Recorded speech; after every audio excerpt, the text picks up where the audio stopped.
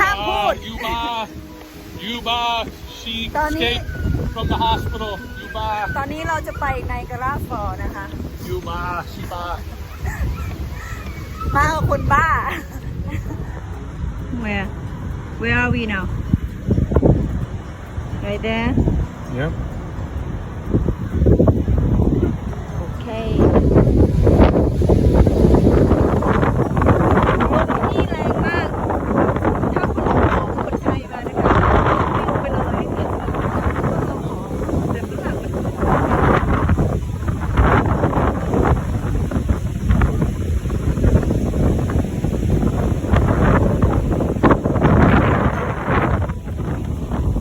โอ้แรงมา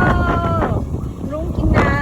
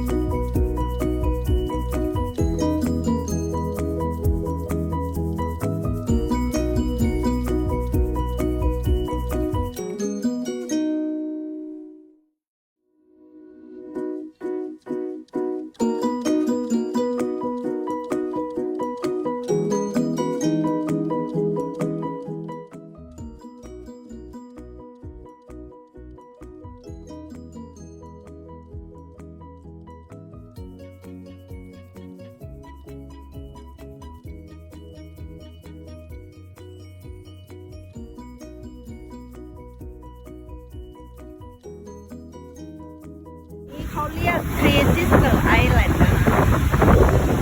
ตรงนี้จะอยู่ตรงกลางแม่น้ำแล้วแม่น้ำสายรอบๆเนี่ยมันจะไหลลงไปตรงนู้นตรงไนการาฟอลส์นู่นนะคะไนการาฟอลส์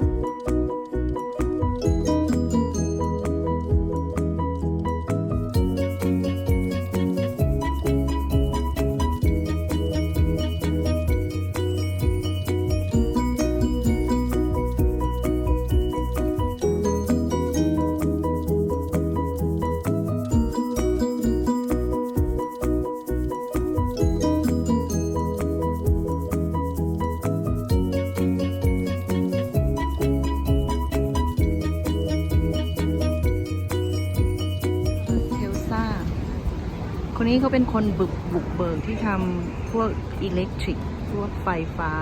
จากน้ำตกนะคะ1976เก่งมากเลย